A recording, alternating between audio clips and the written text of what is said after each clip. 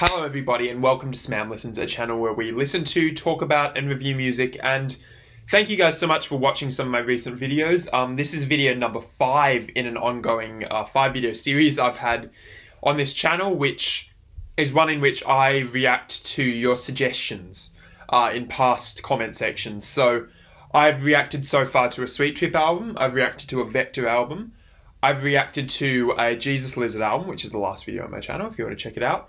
And I also reacted to an ISIS album.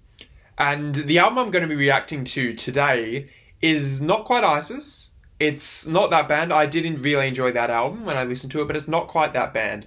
It is, however, a band that is very adjacent to ISIS. The name of the band is Cult of Luna, and the name of the album, which is quite, yeah, here it is, Somewhere Along the Highway. So yeah, the recommendations on my Panopticon review were pretty split down the middle. About half of people suggested that I listen to another ISIS album, and then another half, or maybe a third of people, seemed to suggest that I listen to this Cult of Luna band. Now, apparently they're very similar to ISIS in like broad style. They're, you know, they've plenty of sludge metal influences, plenty of doom metal influences, but with a decidedly atmospheric and post-rock edge that I think ISIS in particular does so well. And people said, yeah, you really need to check out Cult of Luna. Very similar. They have a very similar approach to, you know, long songs and slow, dramatic linear builds. And, like, all of that sounds really appealing to me. So when I got that recommended to me, I earmarked that for sure for a later video. And we're finally here, and this video is going to be the last in this series of recommendations-based videos. Thank you for all of the recommendations you've given me over these several months. There have been plenty more in recent times, and at some point in the future, I will do another series like this, where I go back and react to some of your recommendations on more recent videos. So anyway, without further ado, let's get into it. Let's react to this Cult of Luna album. I am really excited. If it's even half as good as Panopticon by ISIS, I will still be over the moon. So looking at the track list here, it's only 7 tracks long, which is roughly comparable to the track list of most ISIS albums, but it looks can be deceiving because these 7 tracks hold a lot of time shared between them. Like, I think we have, how many? We have 4, count them, 4 10-minute plus tracks, and obviously on my title platform I can't see the full length of the tracks, unfortunately, because it cuts it off, but we have 4 in the double digits, which is pretty impressive, and I don't think any ISIS album that I've listened to, or any of the 2 I've listened to, match that. We start with the shortest track on the album, which is weird, and that's another one where I don't think any album I've listened to so far has that. And we have sort of 2 shorter ones in the middle, and by short I mean like between the 6 and 7 minute range. So yeah, there's a lot of time shared between these tracks, a lot of time. And yeah, it ends with the 10-minute long track, so that's going to be a pretty exhausting run. But in the interest of getting into this, and the interest of hopefully appreciating this amazing album, we're going to start with track 1, which is, as I said, the shortest. It's called Marching to the Heartbeats, 3 minutes 14. Now, it'll be interesting when I, listen to this, and as I get through the track list, to see what differences there are between the other, atmospheric sludge band that I've experienced with, being ISIS. Just judging by the general aesthetic, the album cover, which is pretty good, and, the name, stuff like that, it seems like there's more of sort of an old world medieval focus to this. Maybe sort of more influence from, like, folk and, sort of, like, European, aesthetics, icons, motifs, etc. Whereas ISIS is very much, it has a more sort of futuristic and sort of like watery, cold and watery feel to it, I'd say, their songs in general. So yeah, it'd be interesting to see what the biggest differences are. And the only way we can find that out is by getting into track 1. So yeah, this is track 1, Marching to the Heartbeats, off the album Somewhere Along the Highway by Cult of Luna. Let's go. And let's be ready to adjust the volume if we need to. That seems about right.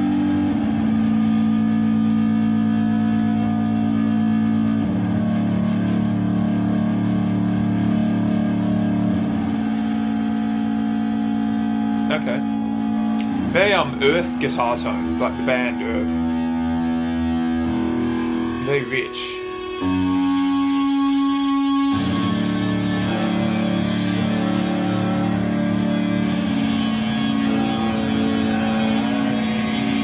Okay, that's bizarre.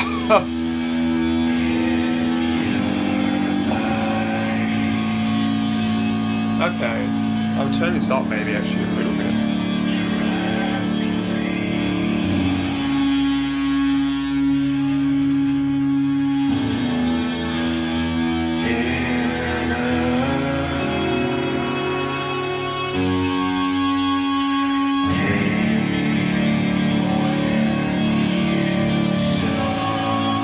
Very anthemic ringing sort of sound to it.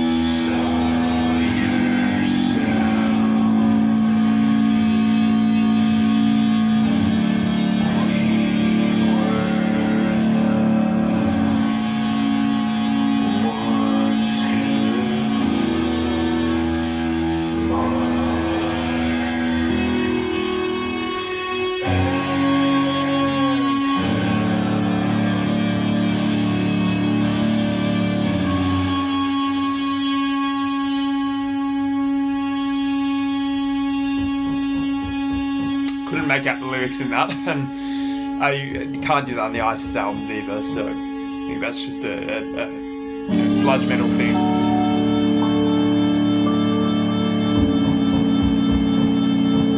Is that drums in the background?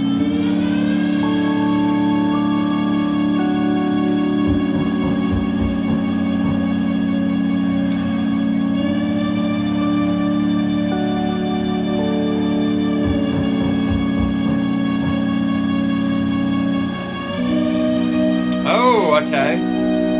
Very happy chord change. What does this remind me of? I'm trying to think. This whole thing is strongly evokes some sort of artist I've listened to, but I can't remember which.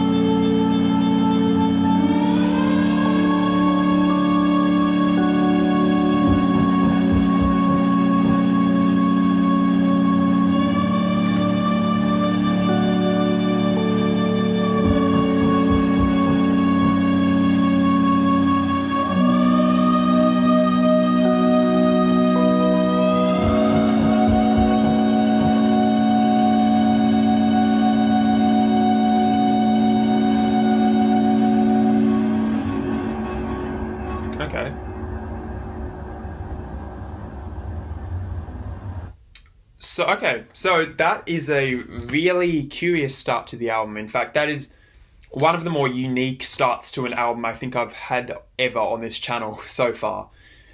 Especially interesting because this is ostensibly different than the style I sort of was expecting from this album. And I'm sure, especially getting into the longer tracks, that, you know, stylistically these songs will conform more to the sludge metal tropes and the post-rock tropes that I'm used to, but that really emphasized the post of the rock, you know, not so much the rock, the metal side. That was very very post-rock, very almost, I think Godspeed You Black Emperor-esque was the band I was trying to think of, that reminded me of. Very Godspeed, very Silver Mount Zion. A lot of those sort of very influential post-rock bands I hear all over that, particularly in that guitar tone, that heavily sustained, very distorted, extremely powerful and ringing guitar that formed the melodic, the harmonic core of that opener. So yeah, so very interesting what that was doing stylistically. We had vocals there. They were very faint. And, you know, you can't blame me for not being able to make out a word that they were saying because, yeah, they were very faint. Some of the albums I've been listening to recently, like pretty much all of them on this channel, I cannot make out the words. It's been an ongoing trend, like from Sweet Trip to Jesus Lizard to Isis to Vector. So I look forward to getting into albums where I can actually, like, provide some sort of, you know, discourse on the lyrics. But in the absence of that, no, we had very subdued, mellow, downcast vocals that sort of sat quite far back in the mix. Definitely, again, not the sort of, you know, metal vocals that you expect to hear on an album like this, which is quite interesting. And again, I'm sure we'll get those later. But for for the start to the album, which is, and starts to albums are meant to be, well, they're not meant to be anything, but traditionally a lot of artists, they use the first track to be like the harbinger of things to come, and they sort of flag a lot of the motifs and styles that will be used on the rest of the album. And it could be the case with this. Like I could be expecting something from this album that it is totally not, but I get the sense that eschews a lot of those conventions in favor of a much more soft and melodic sound for its first track. And, I really appreciate that. I thought that was a really pleasant listen. Harmonically, it was very, very happy. Like the chord changes, we start on the, I think a major chord. I need to listen to it again. But the overall tonality was very bright. There were some chord changes in there that you didn't expect, but there was one chord change in particular towards the end where it went up and it was like this very giddy, almost harmonic sensibility, which is a very interesting choice. Again, not what I expected from this album at all. You had soft keyboards playing these little arpeggiated chordal melodies. Of course, that was really nice as well. And yeah, on the whole, I liked how that was produced. It sounded very full, very layered. Even though there weren't that many layers to speak of, though, it did sound very dense and full-bodied. And just generally, that sort of thing came across as like a plaintive lullaby to start off the album. Like a really plaintive, perhaps like a herald or a lark song to start off the album, to use really antiquated language there. But I really appreciated it. I thought that was really unique. Of course not, catchy or anything, or not anything that I'm probably going to be listening to outside of the context of this album. But as we keep moving forward into this, it'll be interesting to see if that actually sets up in a sort of weird, converse and counterintuitive way, if it sets up the rest of what we're going to hear on this album. So after that thoroughly unconventional opener, let's move on to the second track, which I'm predicting is going to be a bit more conventional. This is called Finland. All I know is that it's over 10 minutes long. I'll be able to see exactly how over 10 minutes long it is once we actually get into the track. So yeah, this will be interesting. I'm predicting atmospheric sludge banger, but I might be wrong. But that's what I'm predicting. And it'll be interesting to see how the first track leads into it, sets it up, and how this thing kicks my ass or disappoints me, which it could. I'm not going in with any biases, all right? This is track 2, Finland. And again, fits in with the sort of European aesthetic. Jesus Christ, okay. And we're already starting the complete opposite of the first track, as I called.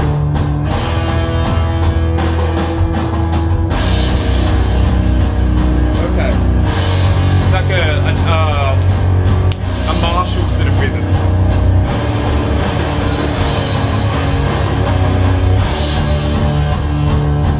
It's building as well.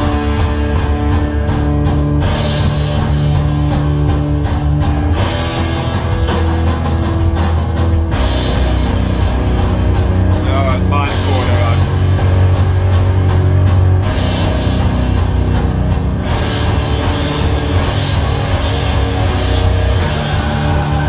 Okay, we got metal vocals.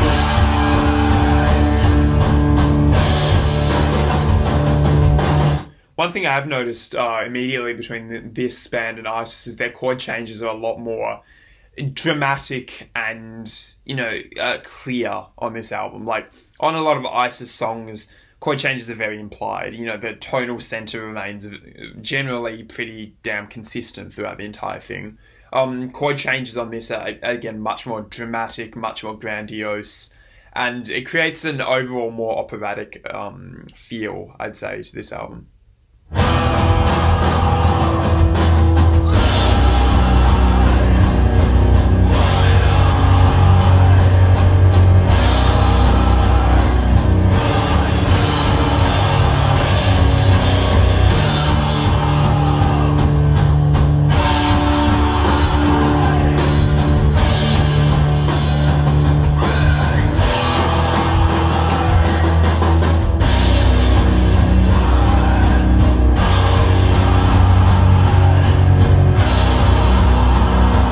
This does feel a little bit plodding. Oh, okay, we're changing. Okay, that's better. Oh yeah, that's very ISIS. That drum pattern. Yeah, that start was interesting. Very martial, very dramatic. A little bit plodding. Wasn't huge about the chord changes, but we'll see where it goes.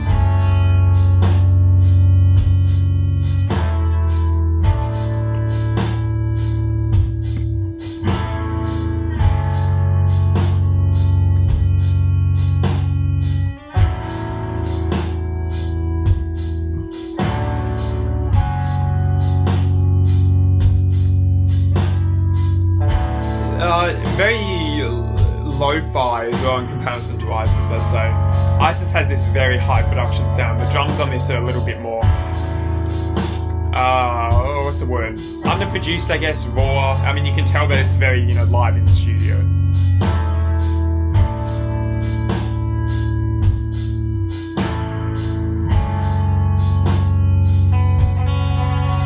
Oh, nice guitar.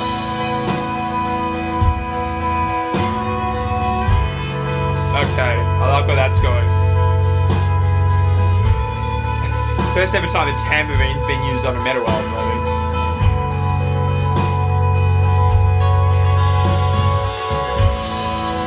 Oh yeah, I like the effects on that guitar in the right channel. The delay and the chorus.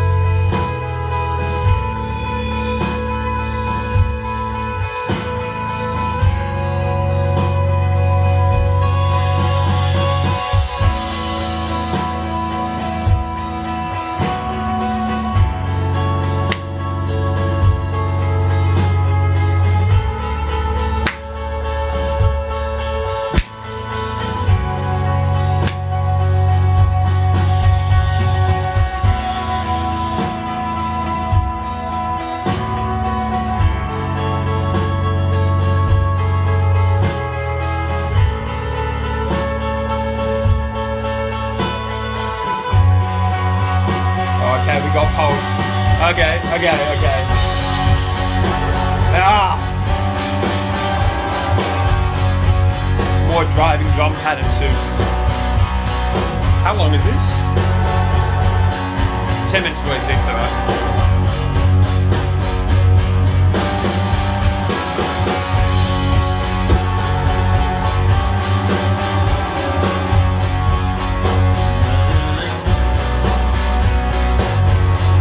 Like that chord, like the way the bass moves.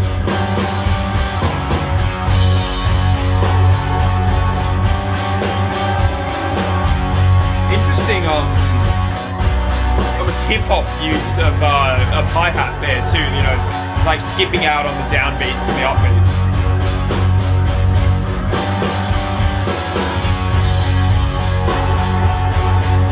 Synths too.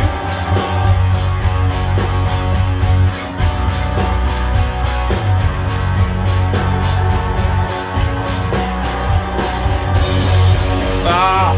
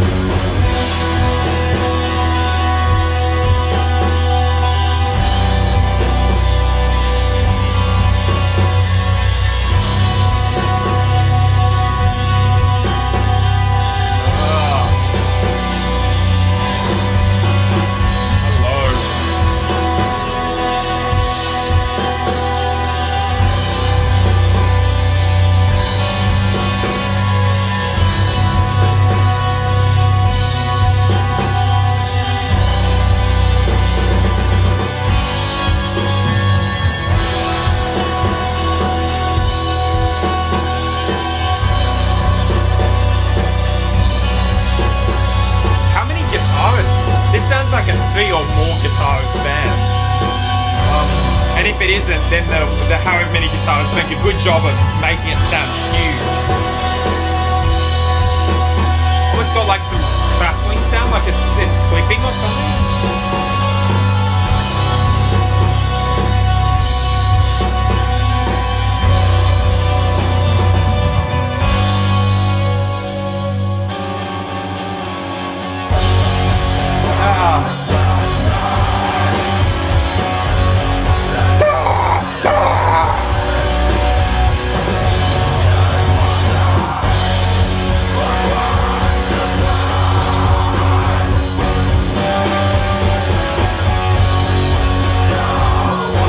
Open hi-hat too, I prefer that over rising or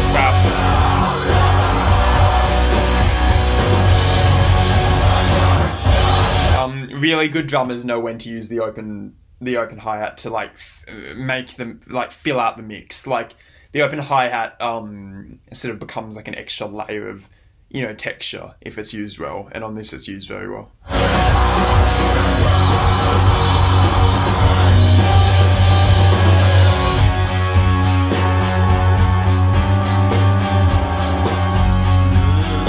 I love that.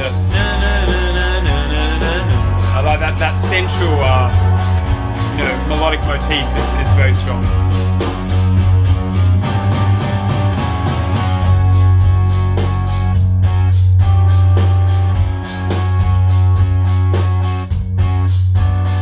Yeah, very tight drumming, very punchy.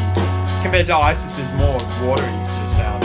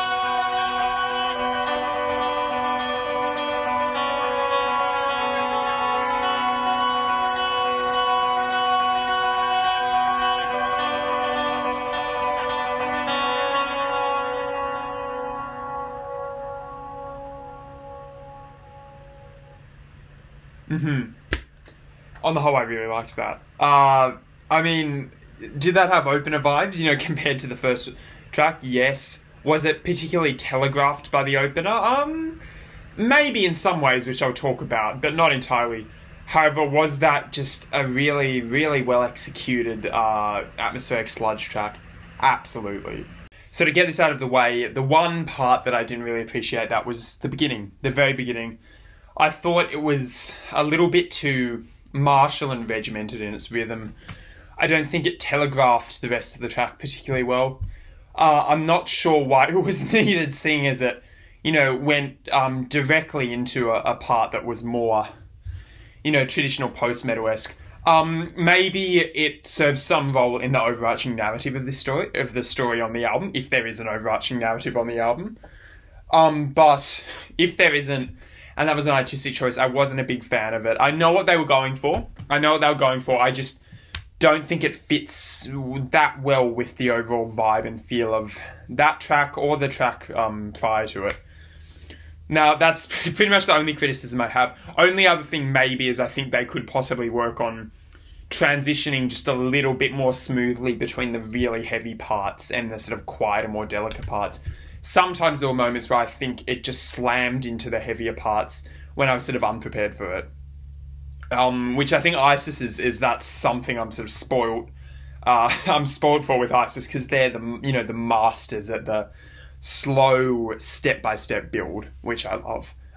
This band is more, abrupt in those changes, which, I guess that's just a matter of personal preference. I don't think that's better or worse necessarily objectively. I just prefer, something a bit less abrupt. Now, apart from that, that was a really good track. Really, really, really strong track.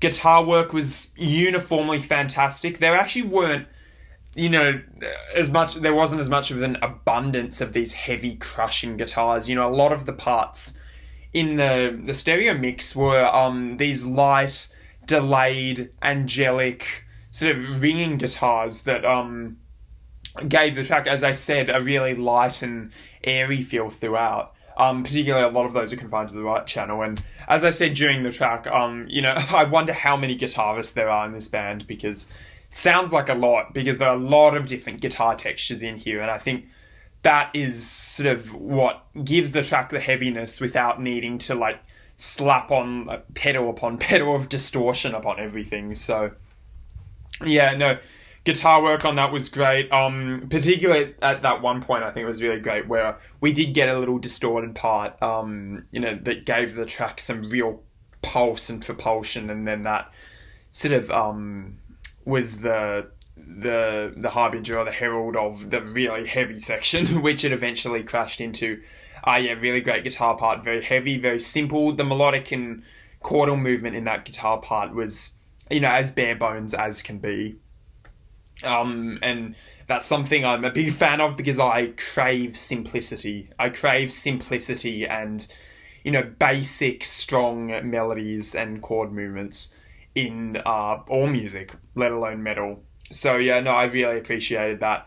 The bass, I think, mostly followed what the guitar was doing. I need to probably listen a second time to really, pick up on the little details from the bass. But overall, that wasn't a very bass-heavy mix. The bass was actually, buried quite underneath everything else, which puts it again in contrast with ISIS, particularly Oceanic, where the bass is a very big part of the overall fold of that album. Here it's, very much underneath everything else. It's the guitars and the drums, excuse me, that are the focus. I appreciated the softer sections perhaps the most in that track. I think they were done really well.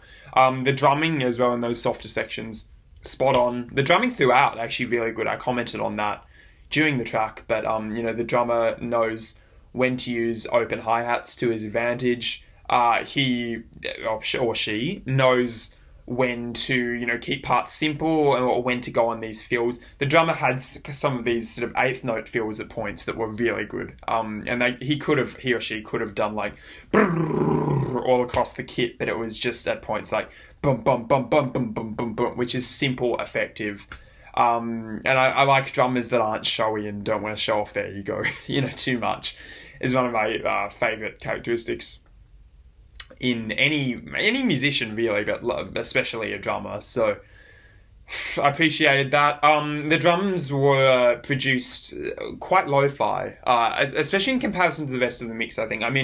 This overall definitely has a much more lo-fi, low-budget aesthetic than any ISIS album I've heard does. It sounds much less polished, and I think where you hear that the most is in the drums. The drums definitely sound a bit more crunchy and, like they were recorded using room mics instead of these, specific mics for each drum like you might find on a more major label, illustrious production.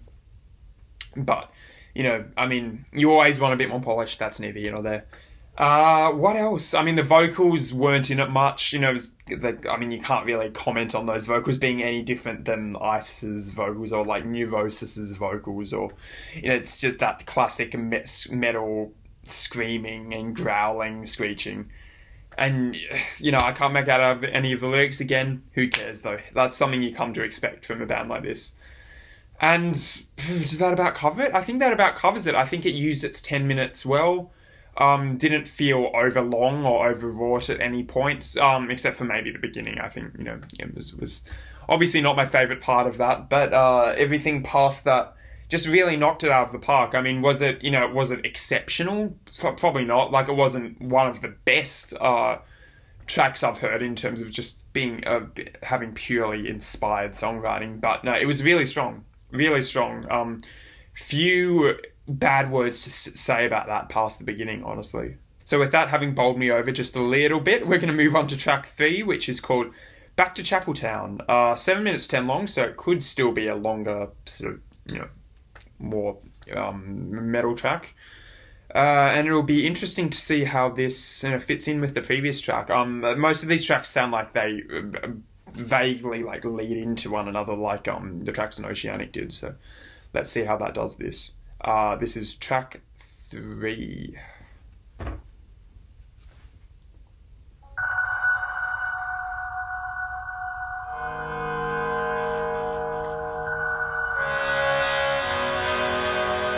No, you know where I know that guitar reminds me of?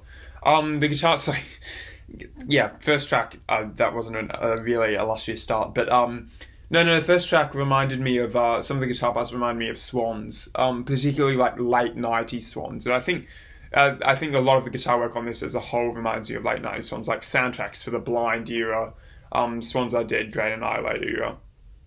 A lot of the chord changes and guitar parts feel very Swans to me, especially that period in their history, and, you know, what better band to take inspiration from, seriously. Not that, you know, they 100% took inspiration from Swans, but like that sort of delayed attack guitar sound also is very Swans.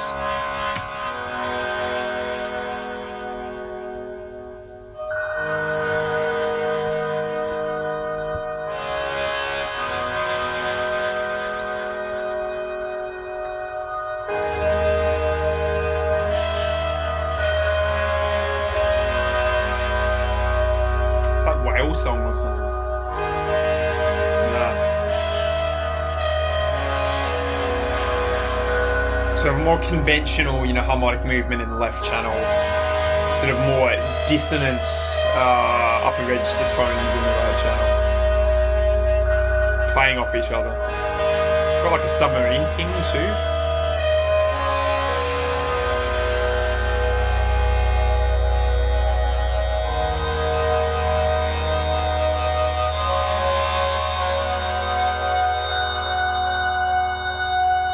Mother, I was wrong. The Sound by Swans. Look it up. Great song.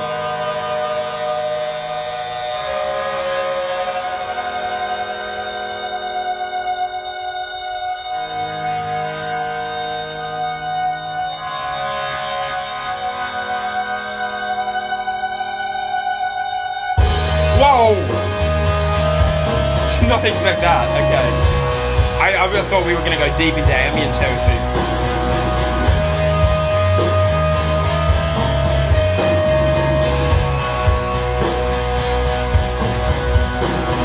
Yeah.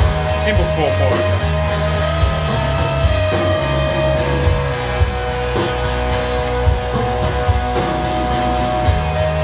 Yeah. The drum roll. Interesting choice. Very hard to play, especially in a context like this. Okay, wow.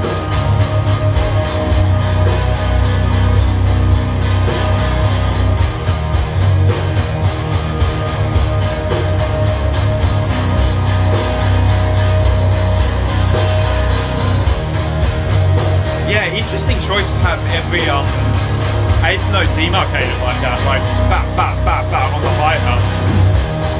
Not something I would have done, but...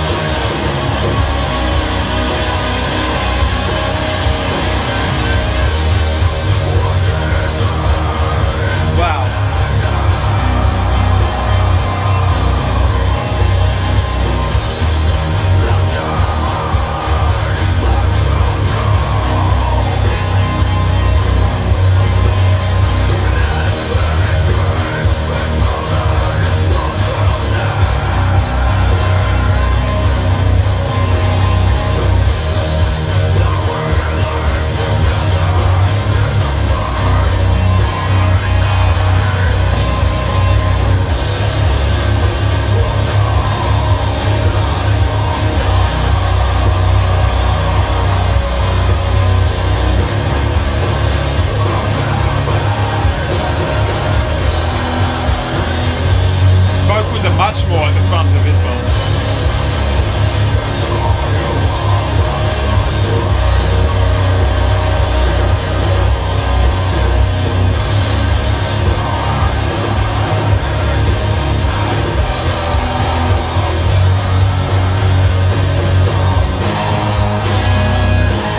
I like that bit. That's my favourite bit of the song when it does that.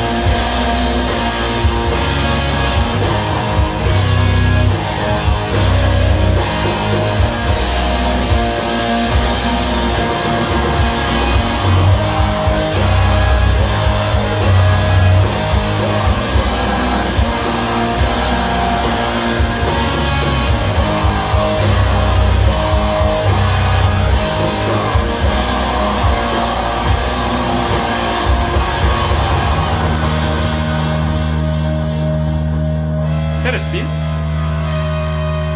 Oh, I didn't even notice that underneath there. I think that is a synth though. Or it's some sort of heavily treated guitar.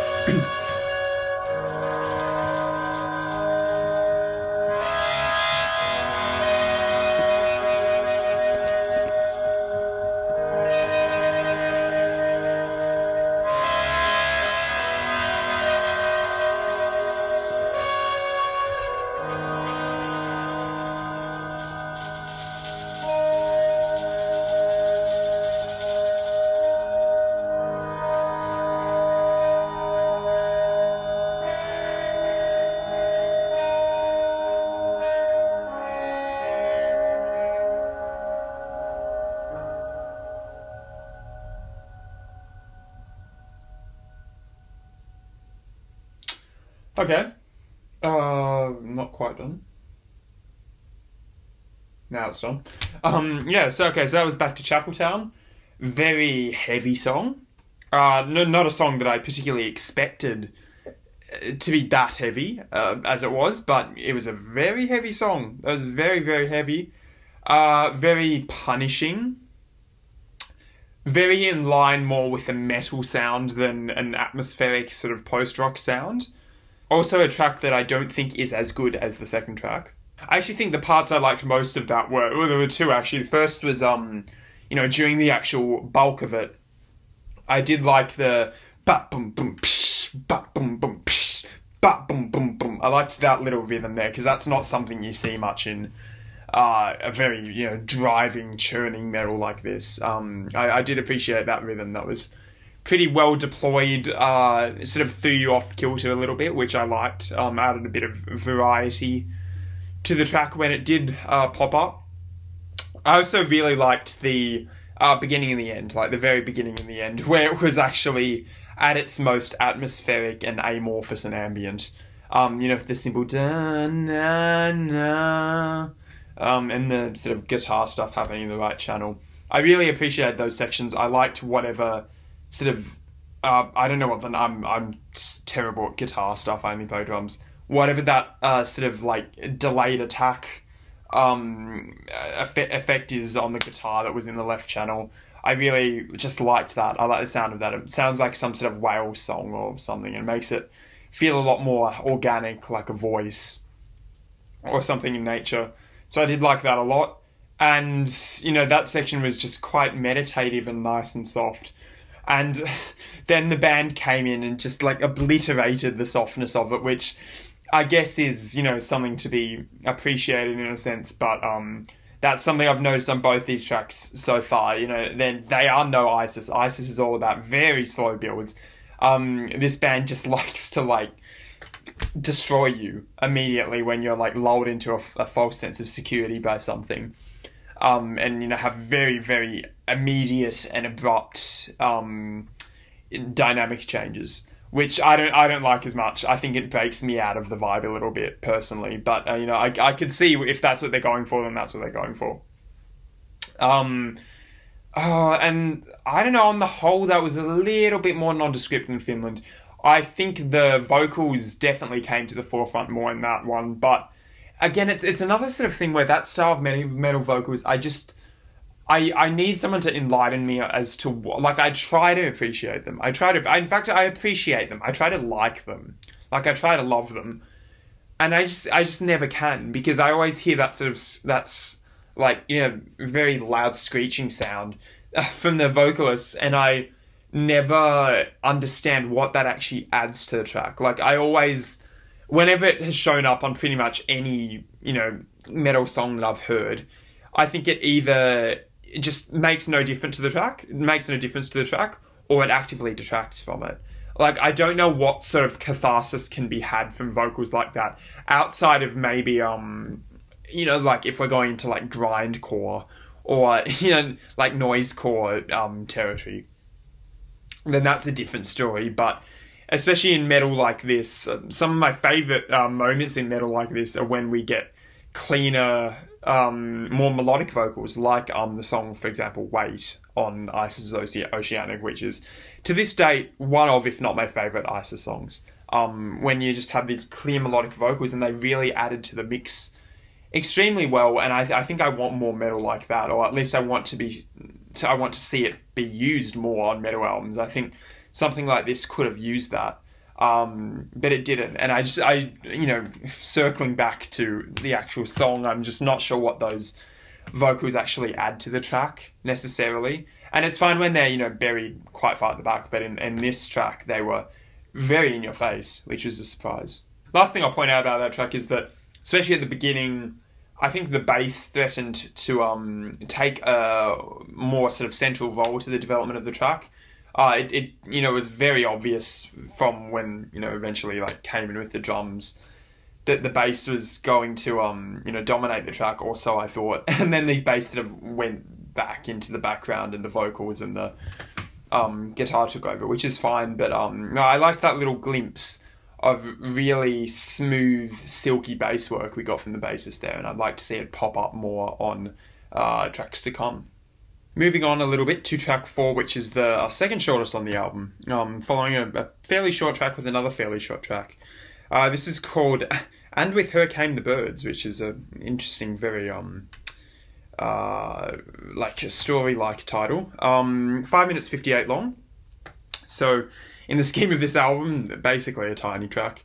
And yeah, no, I'd be interested to see where this goes. I'd be interested to see if, you know, this is another metal track, because I didn't expect track 3 to be as much of a metal track as it was. So be interesting to see if this follows suit. This is track 4.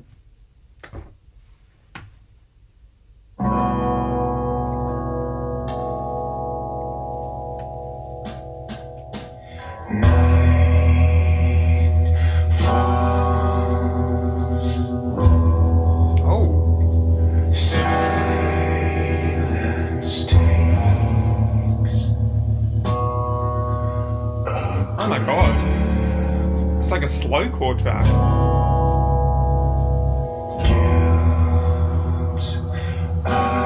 Very soundtracks of the blind songs too. Extremely, actually. Like, listen to a track like Empathy. But I like this though.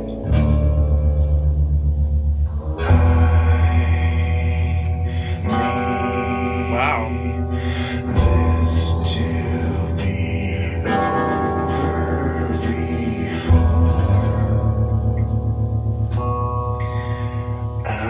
They're brushes too. It's like swirling with the hi-hat and then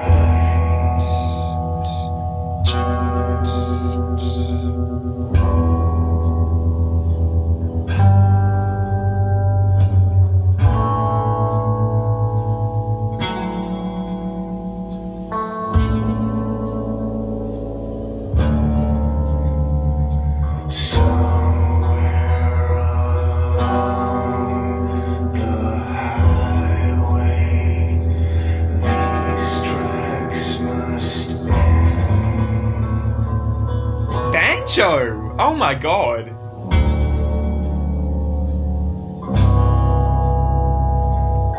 I'll take instruments I didn't expect to hear on a sludge metal album for 500, Alex.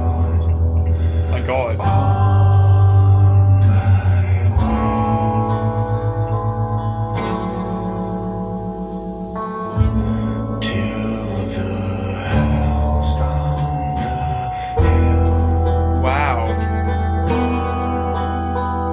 Banjo is a really good addition too. I love the banjo on songs. Love it.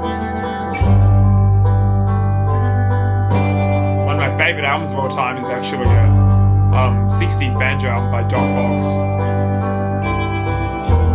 That's sort of played clawhammer though. This is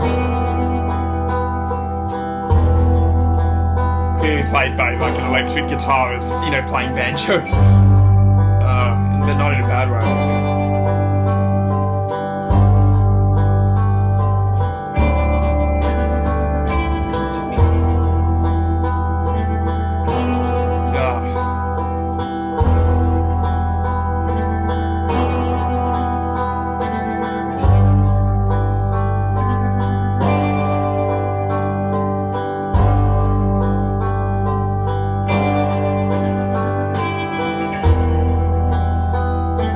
So if I don't appear as blown away by this as I actually am, I promise I am, I'm just soaking it in.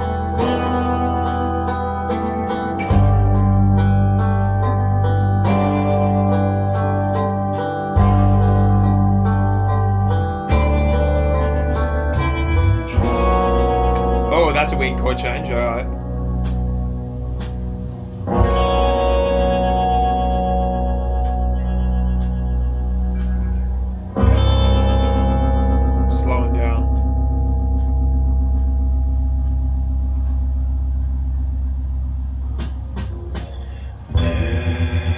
Okay.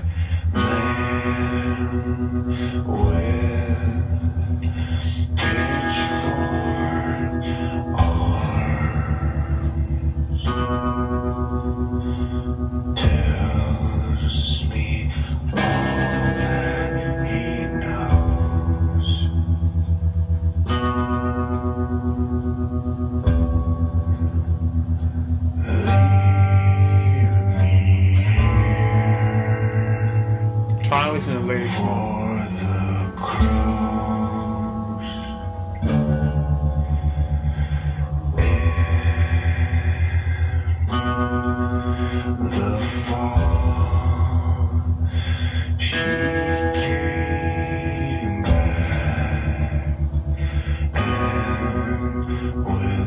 Really appreciate the tremolo on the guitar too.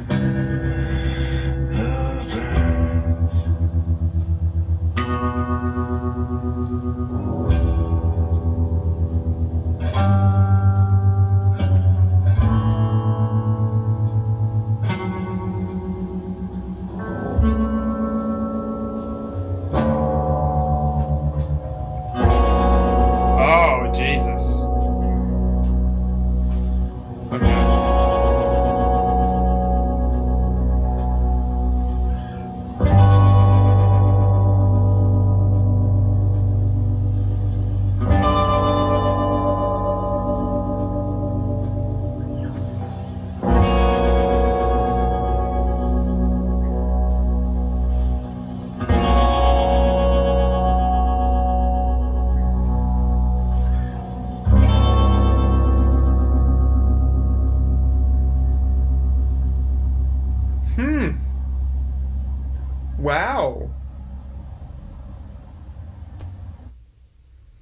So, not only in the middle of this fairly, heavy, fairly punishing, that's ostensibly a sludge metal album, not only in the middle of this very heavy album do we get a slowcore track, like out of nowhere, which is bizarre on its own merits.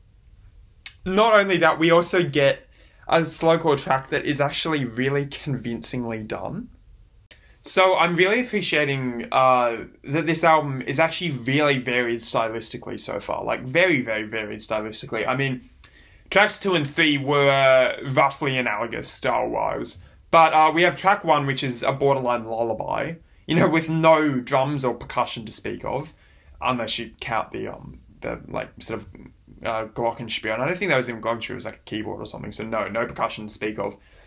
And then we have this, which is this really soft, plaintive, quite, there's a lot of sort of barely restrained tension in that. It didn't feel like a very easygoing track at all. It still definitely felt as intense as track 2 or 3, but stylistically, that was quiet and very, very delicate in sound. I mean, the drums that's pretty much like the lightest drum part you can do as a drummer. Like, if you're going in front of a drum kit and say, okay, and someone says to you, okay, give me a solid beat, a 6/8 beat, but make it like the softest possible beat you can. Like, I don't care what in parts of the drum kit you use, just make it the softest thing you can. Something like that is what you do. You have brushes, which are just, swirling around the snare drum to create this sort of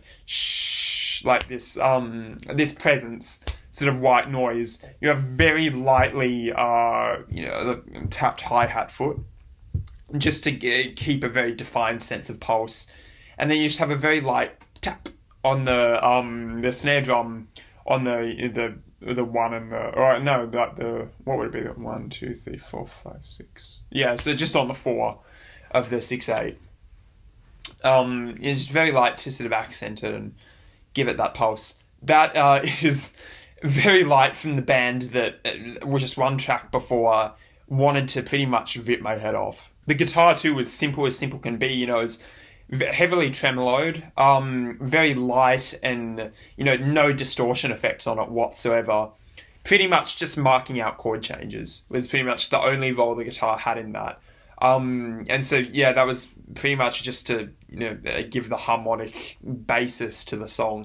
Even the vocals were so light in comparison to track 3. I mean, they were sort of like murmured or whispered, which is, I like that a lot. I like that a lot. How light and, non-abrasive those vocals are, especially compared to the previous couple tracks. And it's interesting to see a band be able to, just on the whole, convincingly pull off 2 very different styles in the course of one album. Now, that was obviously very indebted to its influences. Like, you can hear the influences there clearly. I mean, you have the obvious ones like Low, Red House Painters, some of those early bands. That sounded, though, in particular, a lot like Empathy by Swans. Listen to Empathy by Swans, and you'll know what I mean. It's particularly in the way the chord changes were written and marked out in the guitars, the way the vocals were done, the sort of guitar tone. Again, I would not be surprised if these guys were huge fans of late 90s Swans. So, I guess if you want a track that's similar to this, but probably worse than that, to be honest. Like, I'm not a big fan of Empathy. I think that's one of my least favourites on that album. If you want a track that's worse objectively than that, listen to Empathy by Swans. But no, otherwise, that was obviously dripping in its influences, but it managed to, imitate them really well, I think. And I actually kind of like, as I said, how varied this album is so far. I mean, I'm trying to think if it's, cohesive as an album experience, but I'm not the sort of person that wants like a really unified style throughout an entire album, most generally. I mean, most generally, I love albums that switch it up a lot from track to track, and I consider some of those albums, like, In Rainbows by Radiohead, as I said, Soundtracks from the Blind by Swans, like albums like that do very, very different things from track to track. end up being some of my favorites. So, you know, I actually don't have any problems with how varied and eclectic this album is so far. In fact, I think it works to its benefit instead of its detriment. So from that really interesting moment in this track list, we're going to move on to the final 3 tracks, but these final 3 tracks are all 10 minutes plus. So I don't want to get my hopes up too soon. This is track 5. It's called 34. Thank God it's not 34 minutes long. In fact, it's 10 minutes plus, but I can't see exactly how long it is. I think we're going to be getting back into the metal thing again. So we had a quick divergence into you know, slowcore goodness. Now we're going to get back into deep, heady metal bliss. Looking forward to it. This is track 5, 34. How long is it? Oh, 10 minutes exactly. There you go. Work to rule, baby. Not a second over.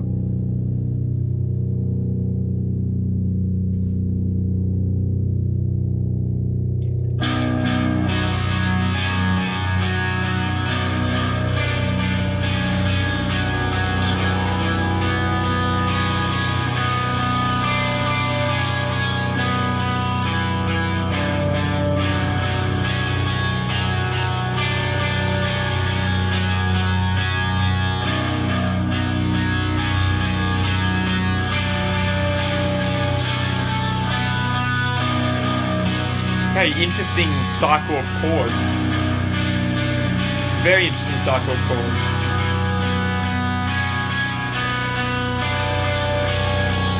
Okay. Why do I feel like I'm just going to get pummeled at some point? Yeah, there's not going to be a linear build-up here. I like that as a central motif of the song, though. Yeah, knew it. That works, though. That works.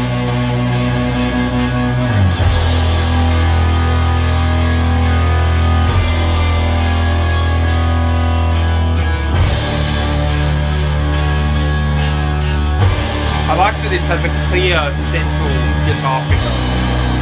I appreciate that.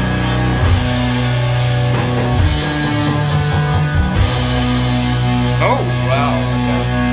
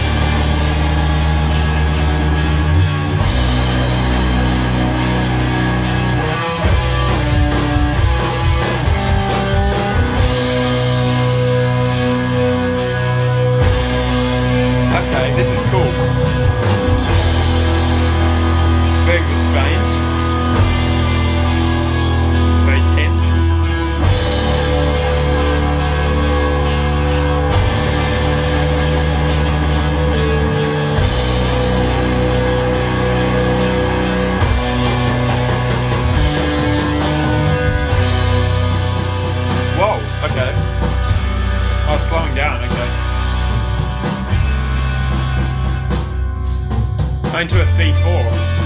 That's the 6/8 rather. Which echoes, I guess, the lilt of the previous track quite nicely. So.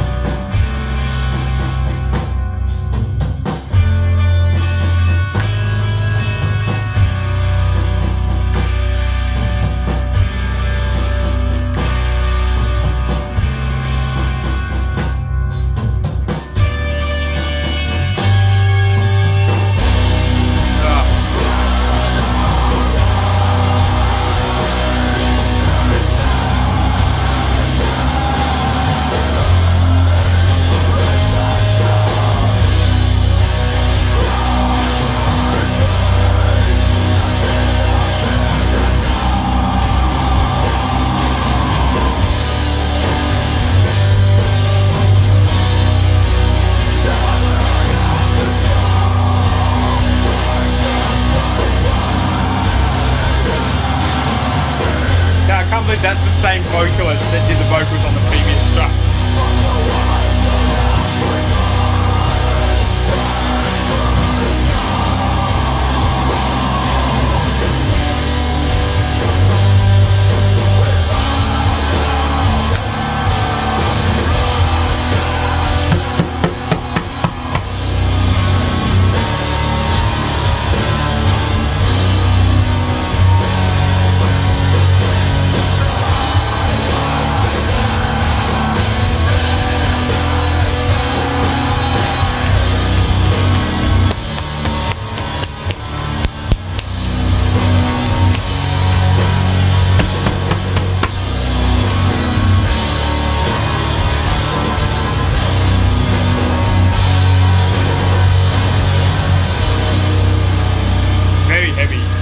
That's one of the heaviest moments on the album so far. Oh.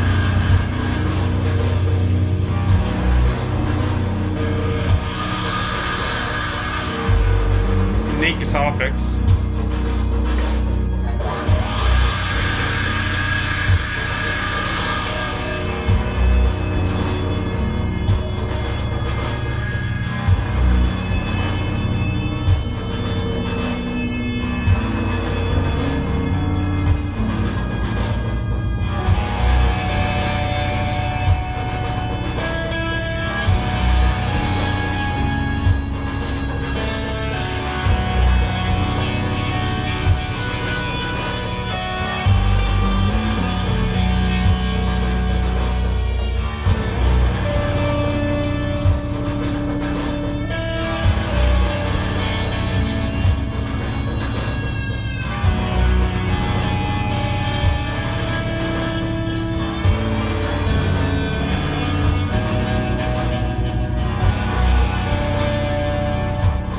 Get a more linear build here.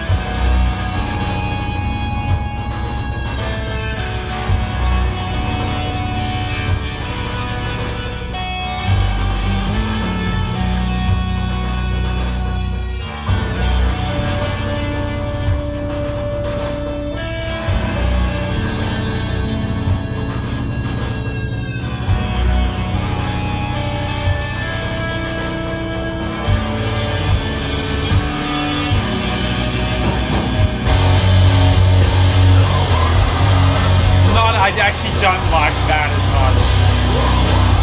A bit off about that. How they just like, you know, like crash into these heavy parts.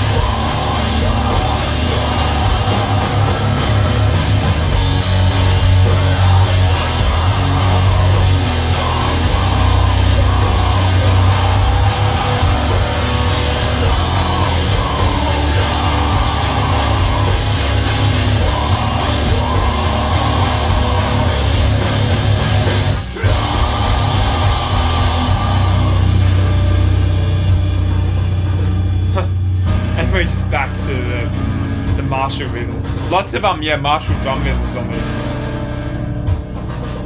Very repetitive like that.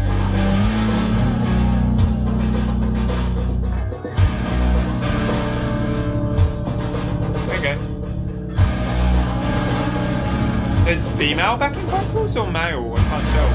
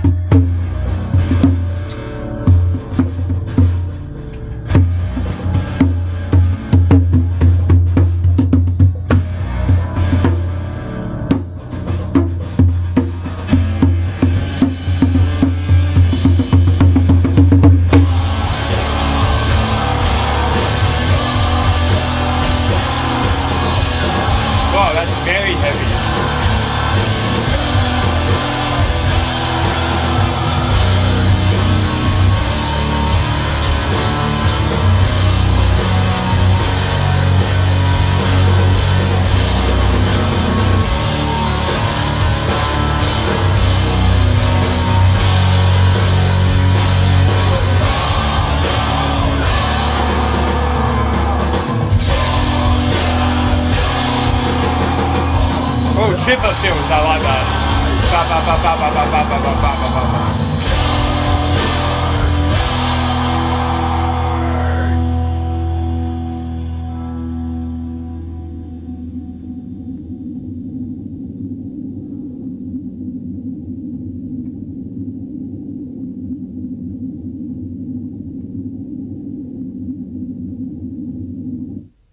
Okay.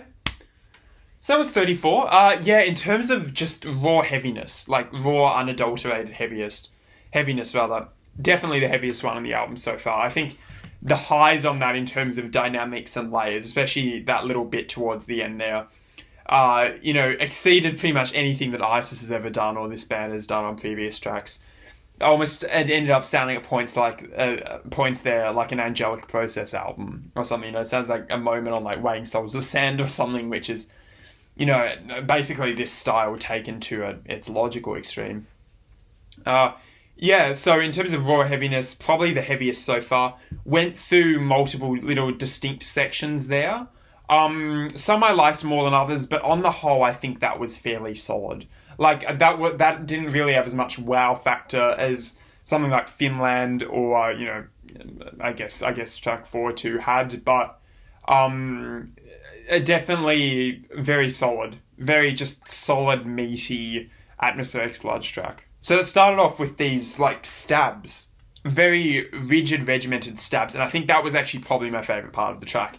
A lot of these songs, my favourite part is the beginning, except for Finland. But, yeah, very just like clearly delineated stabs with these quite interesting shifting and groovy drum fills between them. I appreciated just how that repeated on and on with some of the chords for a long period of time. It was punishing. It sort of had, you know, echoes of like no wave or genres like that. I liked it a lot. I liked that bit a lot. Then, of course, it went into a more, you know, conventional, heavy, like, but in 6/8. After it slowed down a little bit and, you know, it did the whole metal thing for a while, and that was fine. I mean, there was nothing there to really make itself stand out amongst the other tracks on this.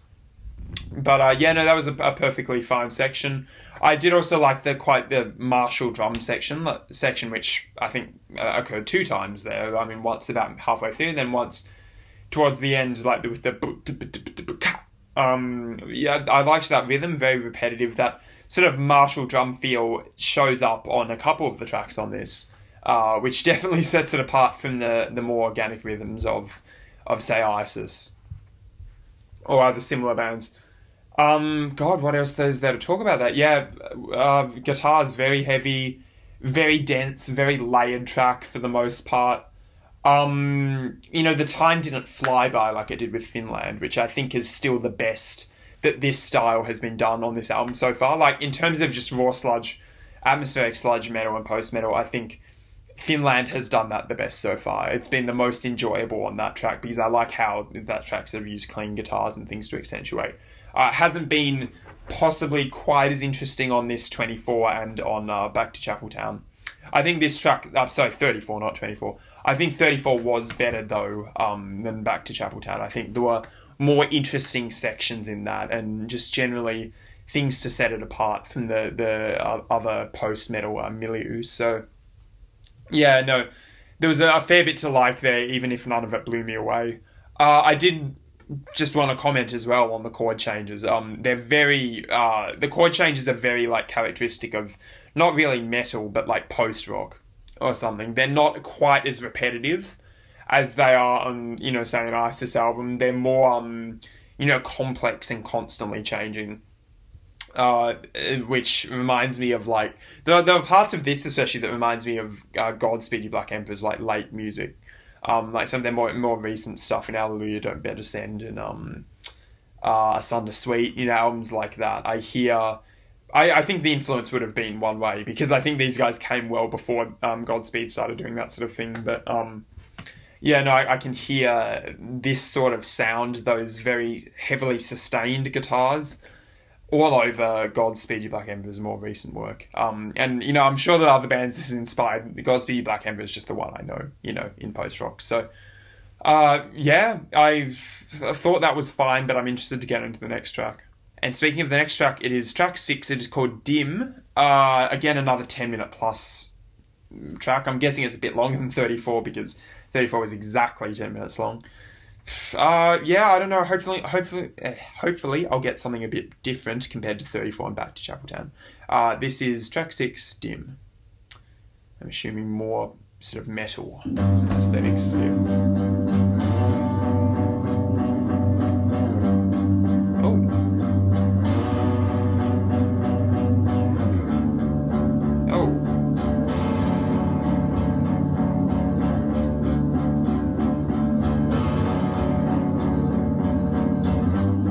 Those are very uplifting, almost like pop punk or alt rock chord changes there, like a major key too, which is where, you know, that little bit of sadness, that little bit of melancholic wistfulness, but then it just goes home again.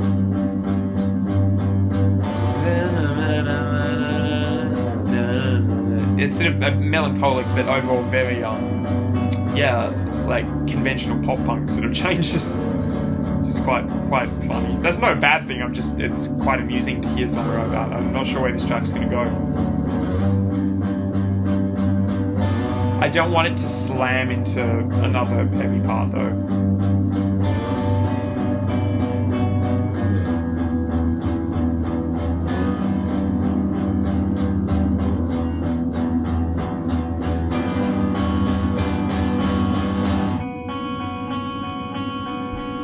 Why do I feel like this is gonna just come down on me? Huh?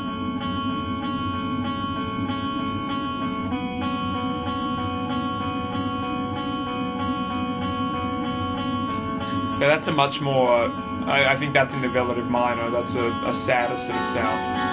Ooh, okay.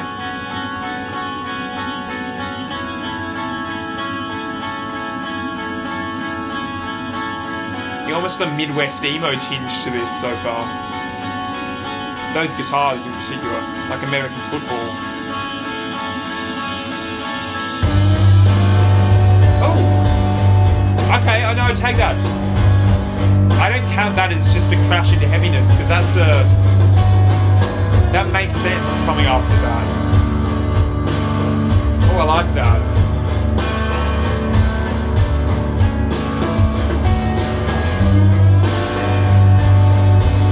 So we got some synths, we got some groovy guitars, we got a drum kit with an open, like a snare turned off, which is something we haven't heard on this album so far, but that you might hear on like Oceanic or something.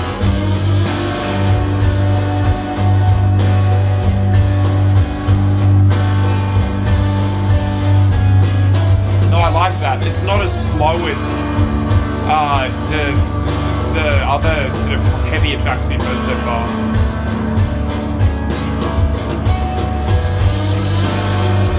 I like that.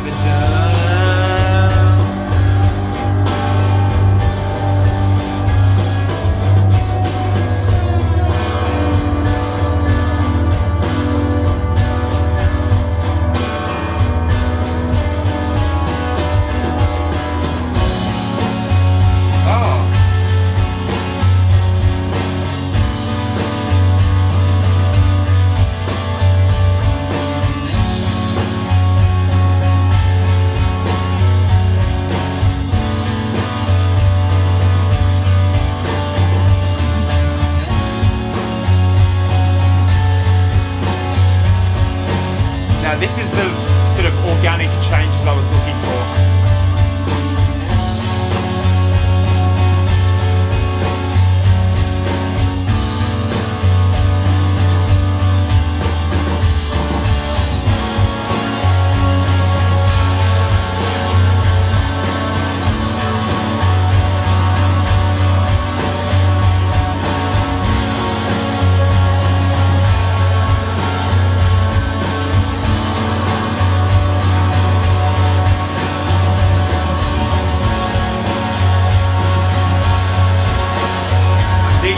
A lot, actually. Already better than 34 is.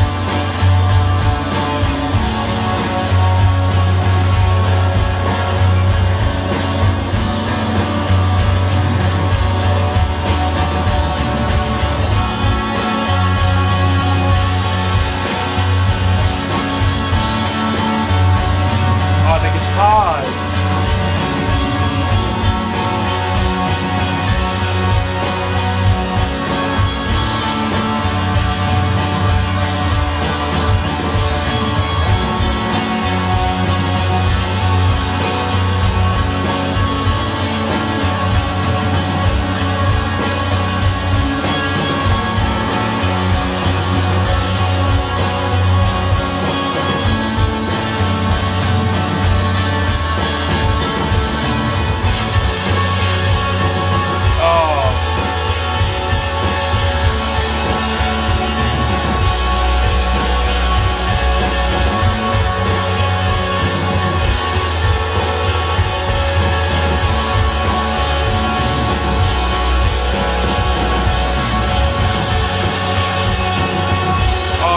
how just layer on layer and layer of guitars added. This is what I wanted, slow and steady.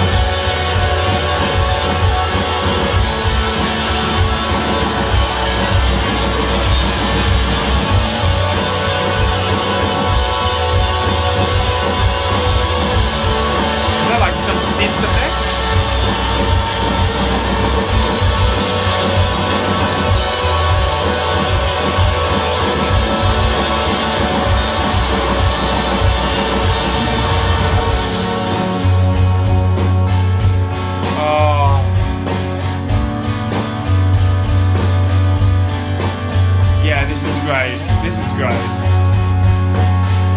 Best track so far, in my opinion.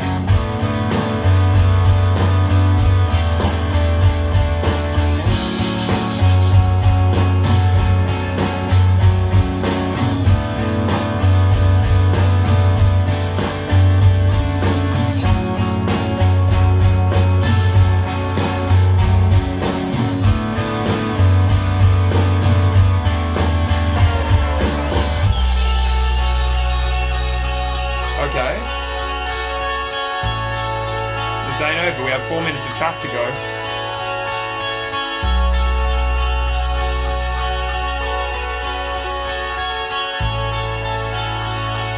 Interesting synths, yeah. Okay. Okay.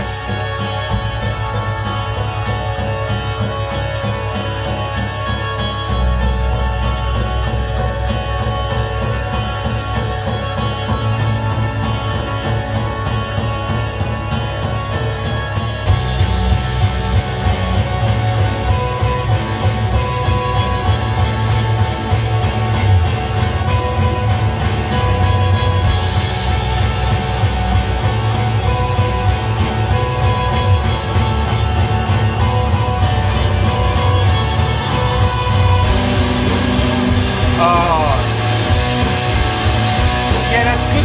That was well telegraphed. Well built, well telegraphed. Thank you.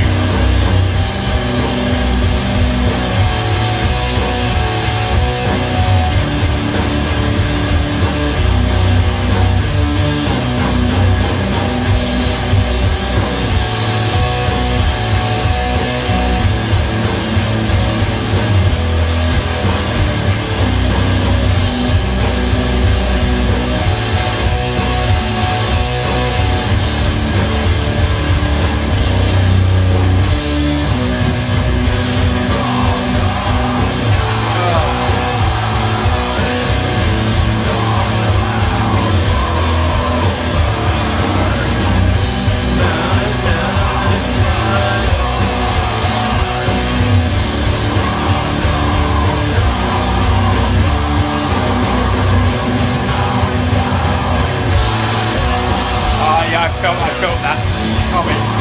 Love it.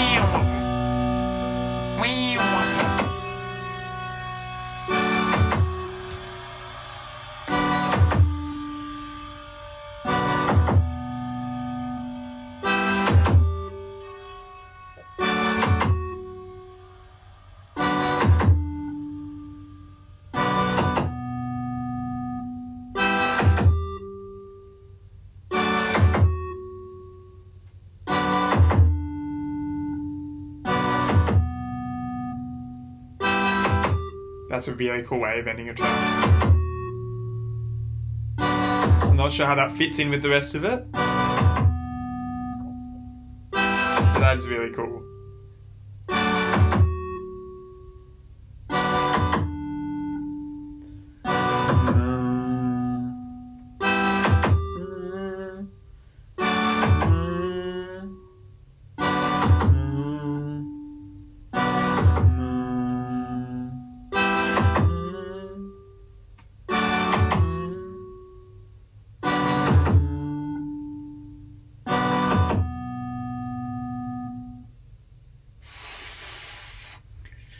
Wow. Okay. Easily the best track so far on this. Easily the best track so far. That was seriously impressive. So, where that worked is, ironically, or perhaps fittingly, by subverting a lot of atmospheric sludge tropes. Like, a lot of them. And certainly subverting a lot of the tropes that you hear on the heavier tracks on this album so far. I mean, you didn't have vocals pop up until like a minute or two left in the track. You had a drum beat, which was and just a general pulse, which is very like cut. Like, it was very atypical for, you know, a genre that often thrives in being like really slow, like. In this, you had a very driving, simple, and propulsive drum part that sounded more of like an indie rock song or an alternative rock song than it did an atmospheric sludge track. So from the outset, you know, that set it apart in a really interesting way, and it kept that that same pulse up for the majority of it, while still managing to be to be interesting and well thought out and deftly played throughout the entire course of the track. And that was complemented also with these, again, very atypical for atmospheric sludge, guitar parts and guitar chords, which started off at the beginning, as I said, very reminiscent of like a pop punk, you know, series of changes, they were very simple, they were very straightforward, they sort of had a happy tone with a slightly more wistful edge, and obviously those changed across the course of the track. But immediately, I think that telegraphed from the beginning that this song was going to do something completely different to what you may expect from an album like this. So that was seriously impressive. And obviously the guitars changed as you went on, and the chords changed, as I said, but I thought none of the chord changes were at all abrasive or bad in any stretch of the imagination. I think they all fitted the particular moment you were in the track. But you know, perhaps the best part of that, like the part that usurps all, is the fact that it was exactly what I wanted from this album and this band, and exactly what some of the other tracks didn't do, and that is a slow, linear, just like almost achingly, tortuously, you know, steady build, where it just added layer on layer on layer. So you got drums, then you got guitar, you got bass, then just some of the guitar layers kept adding up, until, you know, it reached that peak naturally. Like, some of the, I think, other tracks on this album, as I've talked about before, a little bit lazy. I think they sort of reek of lazy songwriting in points where it's just like, we can't really either be bothered or we can't figure out a way to get from this quiet place to this really heavy place organically, so we're just going to launch straight into it for, you know, the purposes of shock value and you know, call it that. But on this track, they just pulled off a really convincing post-rock build. And all it took was just adding layer on layer on layer on layer on layer until you had this world-crushing, world-ending, like, universe-destroying sound at points there. I loved that. I loved the build on that. Most effective build on this album so far. And there haven't been many, so it's not really stiff competition. But, I mean, you know, a build comparable to any ISIS track you could give me. And, I mean, that combined with the really experimental tone of that track and the willingness that it had to just totally defy and subvert all conventions and expectations you might have from a genre like this. Or well, not really a genre like this, but this band. And, you know, the songs that they've, you know, shown us on this album so far, particularly the heavier ones, I think that combination is just a winning combination, and that track won me over pretty much from the moment it started. And I loved it, although I didn't really love the vocals as much, because again, the vocals, not a big fan of that style of vocals, but I really appreciated all the way until the end with that strange, which I loved, by the way, that was one of my favourite moments of the track, that strange, almost like radio transmission clippings at the end there that were heavily filtered and just torn away, like sound with sort of the guitar following the descending chord change. Really interesting. I don't know why that was there or what function that served in the track, but like, it was a really fascinating capstone to what that song was doing for the most part. And it, you know, it doesn't make sense to my baby brain, but whatever it was doing, I was completely sold on it. I don't know, that whole thing was just dripping in inspiration. Like, it was dripping in raw ingenuity and inspiration, which is, at the end of the day, what I want from pretty much any song, on this album or otherwise. It's just, it was dripping in a really experimental, even playful creativity, which I really appreciate, and which, as I said, some of the heavier tracks on this album so far haven't managed, like Thirtyfour, for instance, or what was it, the Chapel song, Back to Chapeltown, haven't really managed to do quite as well, in my opinion. But that track did it, and it did it extremely well, and it emerged as definitely my favourite track on this album so far. Possibly one of my favourites in this genre, full stop. Honestly, that puts me in good stead to really enjoy the last track, and if I do enjoy the last track a lot, that's going to dramatically improve my already pretty, you know, fairly decent opinion on this album so far. I think if the last song manages to capture even a hint of that same dramatic, playful, creative, experimental edge that one had, absolute winner. Winner, winner, chicken dinner for this entire album. Let us just pray that that is the case. Track 7 is called Dark City Dead Man. Very dark title. It's another 10-minute plus one. I don't know how long exactly it is. I am expecting it'll be a really long one because we're ending off the album. I can see them wanting to put like their longest track at the end. Just please be as good as Dim. Please, even if it's as good as Finland, I'll like it. Just please be as good as one of those two. This is track 7. How long is it? I just want to see. 15 minutes 49. Jesus, okay. Okay. Electronic. Very electronic rhythm for this. They do use a lot of synthy sounds on this album, so I shouldn't be surprised. But... oh, that's a weird chord change.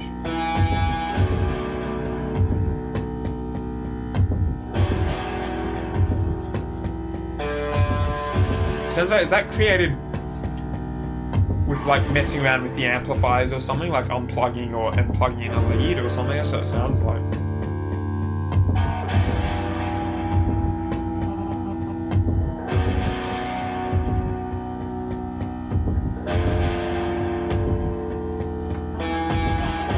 Don't love that chord change, that third one there, but we'll see.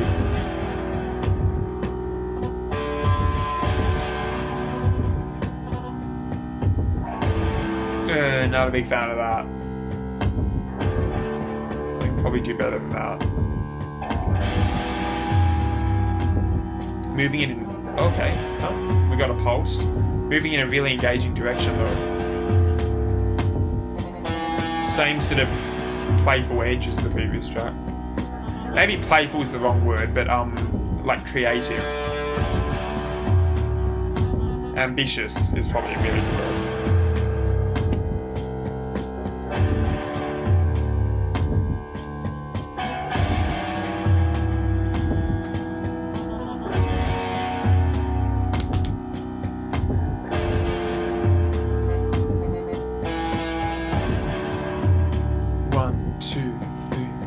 I didn't even pick up on it being a 3/4 rhythm.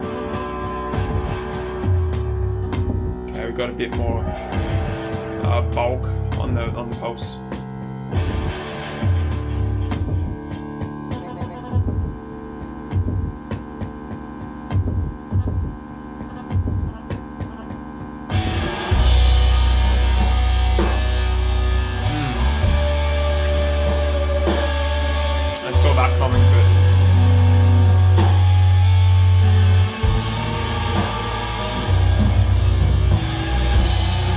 my lo-fi distant drums.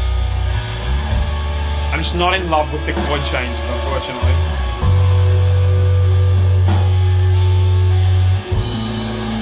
And they don't really make sense. The root note does, and that does, and like where it goes from there, it doesn't.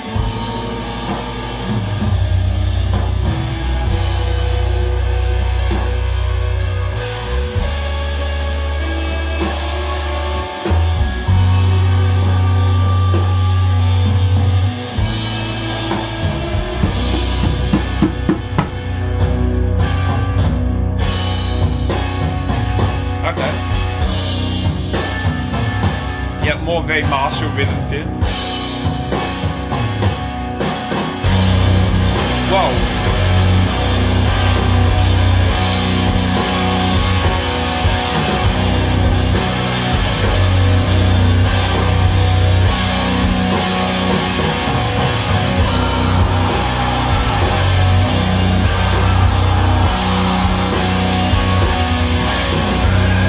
Oh, that's interesting phrasing there on the 12/8. It sounds like 7/5, which is very unique, very off kilter. Like you think that it's in an odd time signature, but it's not.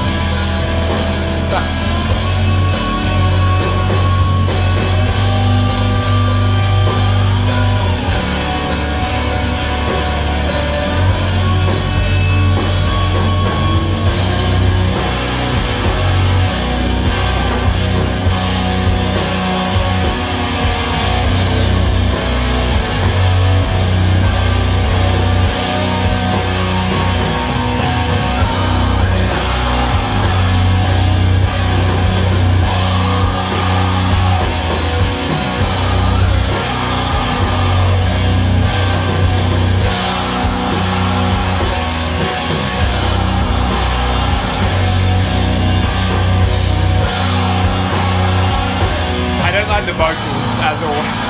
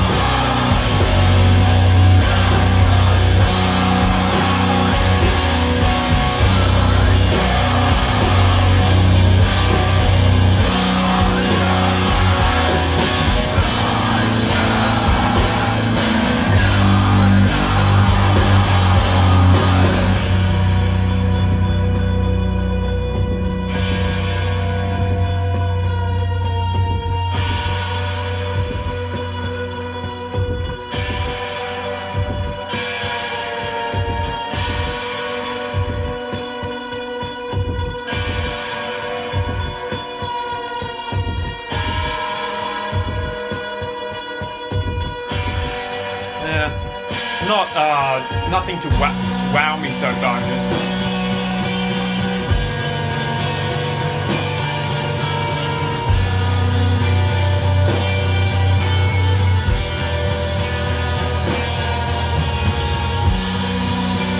More very strange harmonic. Like that chord change I don't love.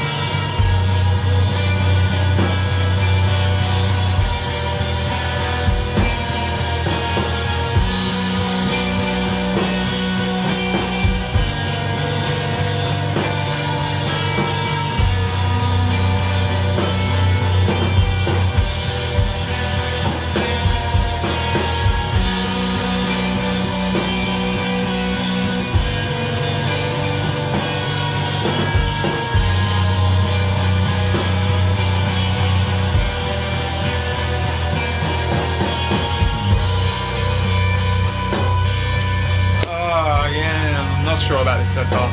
It's not bad. I'm just not finding anything particularly memorable about this so far, unfortunately. I mean, it doesn't help that it's coming after, like, the absolute epoch of this album. Epoch? No, apex. The absolute, like, apex of this album and its magnum opus. But, yeah, there's no, like, clear memorable thing about this, to be honest.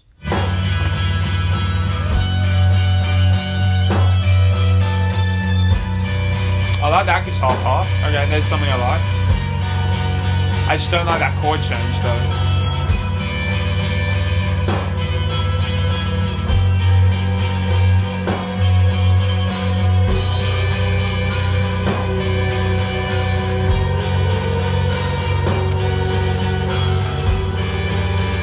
Yeah, they really love their 6/8 on this album. It's been used a few times.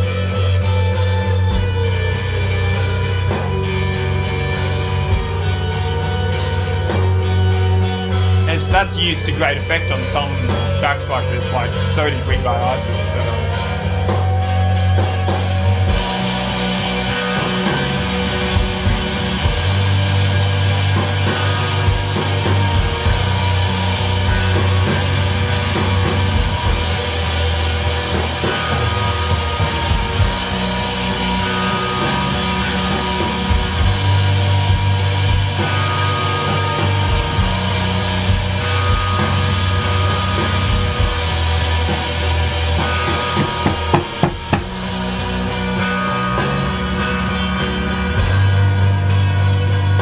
Very wooden drum part.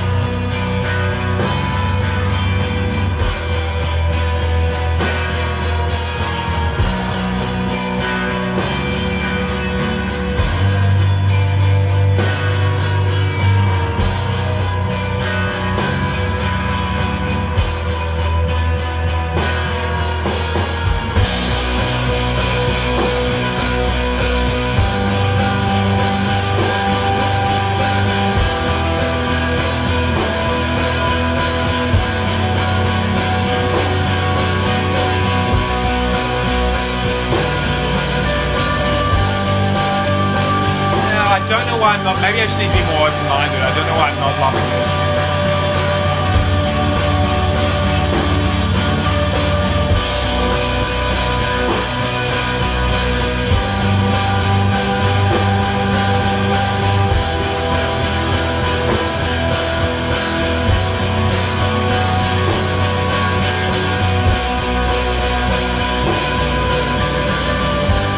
I like that guitar. Whenever that clean guitar cuts through, it's not bad.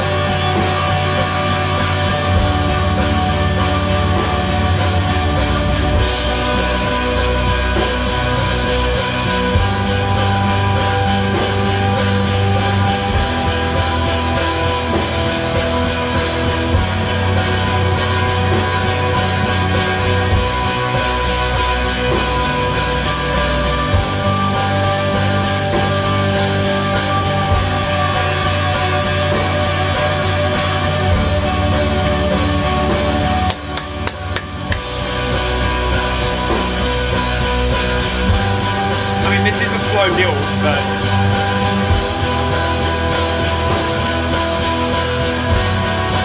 just don't love the foundation it's based on, I guess.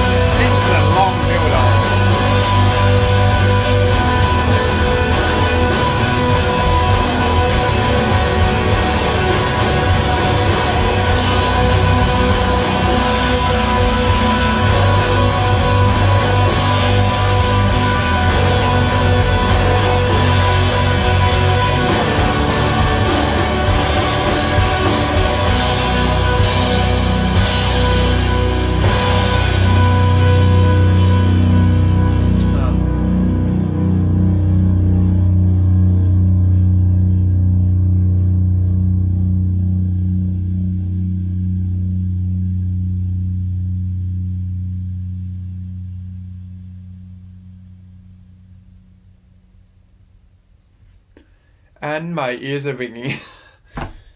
Okay, well that's this album done. This album actually went pretty quickly. It's like, what, an hour long? It actually felt like much shorter. That last track was a bit tedious. What's it called? Dead Man, Dark City or whatever? Dark City, Dead Man. A little bit tedious. I think the problem was I just wasn't in love with the chord changes, like the 4 chords that it cycled through. I think some of those chord changes were clunky and poorly written, and I think if your entire track is based on that, then unfortunately, pretty much no matter what you do with it, there's going to be that to its detriment, in my opinion. And like to my opinion, I didn't love those chord changes at all. So, you know, everything else I think past that was just dressing up those really shoddy chord changes. Yeah, it was fine. It was definitely a little bit tedious. I mean, I did get a slow build towards the end there, which is fine. It was a very slow build. It was a very long build. I think it perhaps could have been cut a bit short. Like, I don't know with that in particular. I don't know why that needed to be 15 minutes long and why, for example, Dim needed to be cut a little bit shorter. I mean, to be honest, like the most memorable part of that, I think it suffered from a lack of a really memorable, strong something. You know, like anything, like a really memorable, strong drum part or a clear sounding melody or like brilliant transcendent chord changes or something. I mean, I think the most memorable part of that, to be honest, was probably the sort of, you know, synthy stuff at the beginning. The like percussive sort of almost microsound-esque loop at the beginning, that was pretty unique, and I thought the track was destined for good things when that came on. But, you know, the rest wasn't quite as interesting. It was a fairly simple 6/8, you know, like sludgy, but cut, very conventional, very, very, very conventional, that song. Vocals again were there, didn't really add much to it. I don't know. I think it definitely hurts the track, the fact that it came after Dim, which is definitely the best song on this and an absolute triumph, which shows this band at their best. And I think that shows this band at its most tedious and unnecessary, in my opinion. Maybe my opinion on that one in particular will improve the more listens I give it. But, you know, for now, on first reaction, didn't love that. So this album as a whole, I'm tossing up whether it's, I think it's a 7 out of 10, but it's on like the lower end. It could be closer to a 6 out of 10. So what to talk about? Okay, I'll talk about the things I like. I like that this album is really varied. I think if it is varied, I think it could be even more so. Like, I think there could be a little bit more of just straight up, like, off-the-wall strange stuff, like, and with her came the birds somewhere in there. I think it could have really capitalised on that more, but that's certainly more, you know, eclectic and weird in terms of the styles it covers than pretty much any other metal album I think I've ever heard. I mean, as I said, track 4 is a slowcore track. It is a slowcore track smack bang in the middle of an atmospheric sludge album. Track 1, Marching to the Heartbeats, is a lullaby. Like, it's a rhythmless, amorphous, heavily post-rock inspired lullaby. And again, you will rarely see that on any album of this ilk or, you know, among Cult of Luna's contemporaries. So I think that's really impressive, the ingenuity with some of the things on that. Even on a track like Dim, which I'll get to in a sec, but even that's fairly ingenious in its own ways by using strange rhythms and just ideas that most albums in this genre don't even dare to use. So I really appreciate that. And make no mistake, there are some really strong songs here. Like Marching to the Heartbeats, I think in retrospect a really nice way to start off the album, especially I think seeing as like nothing else sounds even, I'd say, remotely like that in particular on this album. I think it was a really pleasant and pretty way to start off the album. Finland was a really good, solid, strong post-metal track. There weren't many frills to it, and the beginning was a bit rough, but the rest of it was really strong. The build was good, the guitars were really good, or maybe not the build as much, I'd say, but the way it went in between the sections was certainly more tolerable than, say, Back to Chapel Town or 34. I really liked Finland a lot. And with her came the birds. I mean, was it the best, slowcore track I've ever heard? No. But it was strong and surprisingly competent for, a sludge metal / post-metal band. And then, of course, you had Dim, which is one of the finest metal tracks I've ever heard. An absolute opus of slow builds, of driving rhythms, of fascinating little melodic moments and chord changes, of synthy elements too, which you don't expect to hear.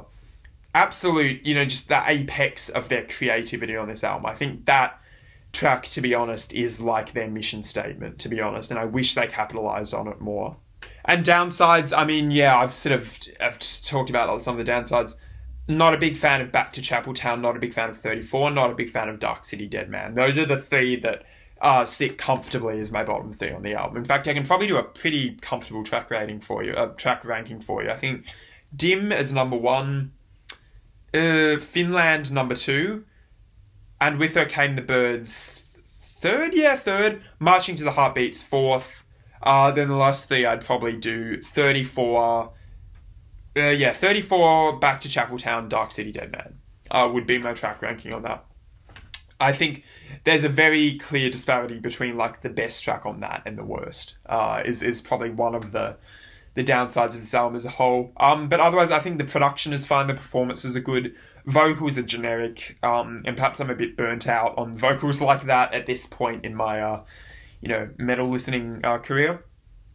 But production is definitely more lo-fi and raw than a band like ISIS or a lot of these high production metal bands, but it's still strong, it's still fine, and it represents, I think, what they're going for really well. And on the whole, I'd say I enjoyed that album. I'd say it wasn't a masterpiece. It probably, in fact, it definitely wasn't as good, I'd say, as definitely Panopticon by ISIS. Probably Oceanic too, but actually this could be I think they're about equal in my mind. I'd have to listen to both more to really make a judgment on which is better. But it's not the best, atmospheric sludge or post-metal album I've ever heard, but it's really solid. I appreciate it. I mean, any album that gives me, the song Dim for my long-term listening is an absolute success in my mind. So, thank you guys for recommending me this album. Thank you guys for watching this video. Press like, subscribe for more of these videos, and comment with any albums you'd like to see me react to in the future, with any comments you have about, my reaction, any comments you have about your own personal experiences with this album. If there's anything that I should know about this band, or, any of the music on here, let me know, hit me up. I'll read, like, and respond to hopefully every single comment on this video. So, I'd really appreciate it if you do that, guys. Otherwise, thank you guys so much for watching. Check out some of the other videos on my channel. Again, like and subscribe. And this is the end of this, reacting to your suggestions series. So, thank you guys so much for your suggestions and for watching these videos and giving me a reason to keep doing them. After this point, I think we're going to be back to regularly scheduled programming. I think I'll get back to the random album series as the first thing I do. In the next video. But until then, guys, I love you all. Cult of Luna forever. See you in the next video.